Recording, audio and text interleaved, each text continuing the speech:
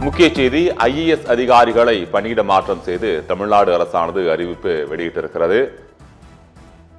சேலம் ஆட்சியராக இளம் பகவத் ஐஏஎஸ் நியமனம் செய்யப்பட்டிருக்கிறார். தொழில்துறை செயலாளராக அருண்ராயும் உயர்கல்வி செயலாளராக நியமிக்கப்பட்டிருக்கிறார். முதலமைச்சரின் தனி செயலாளராக இருந்த சண்முகம் ஐஏஎஸ் சுற்றுலாத்துறை ஆணையராக நியமனம் செய்யப்பட்டிருக்கிறார்.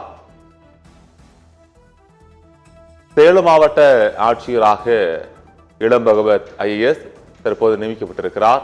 சேலம் மாவட்ட ஆட்சியராக இளம் பகவத் ஐஏஎஸ் நியமிக்கப்பட்டிருக்கிறார். தொழில்துறை செயலாளராக விஜயகுமார் ஐஏஎஸ் நியமிக்கப்பட்டிருப்பதாக தமிழ்நாடு அரசானது அறிவித்திருக்கிறது.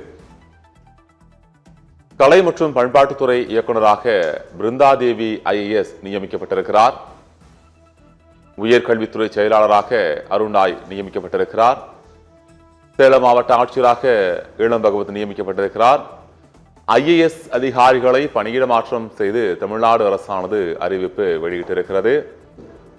ஏற்கனவே முதற்கட்டமாக ஐஏஎஸ் அதிகாரிகள் இடமாற்றம் செய்யப்பட்டிருந்தனர். அதன் பின்னர் ஐபிஎஸ் அதிகாரிகள் இடமாற்றம் செய்யப்பட்டனர். தொடர்ந்து மீண்டும் ஐஏஎஸ் அதிகாரிகள் தற்போது இடமாற்றத்திற்கு செய்யப்பட்டிருக்கிறார்கள். முதலமைச்சரின் தனி செயலாளராக இருந்த சண்முகம் ஐஏஎஸ் சுற்றுலாத்துறை ஆணையராக நியமனம் செய்யப்பட்டிருக்கிறார். சேலம் மாவட்ட ஆட்சியராக இளம் பகவத் ஐஏஎஸ்ஐ நியமித்து தமிழ்நாடு அரசானது உத்தரவு பிறப்பித்திருக்கிறது.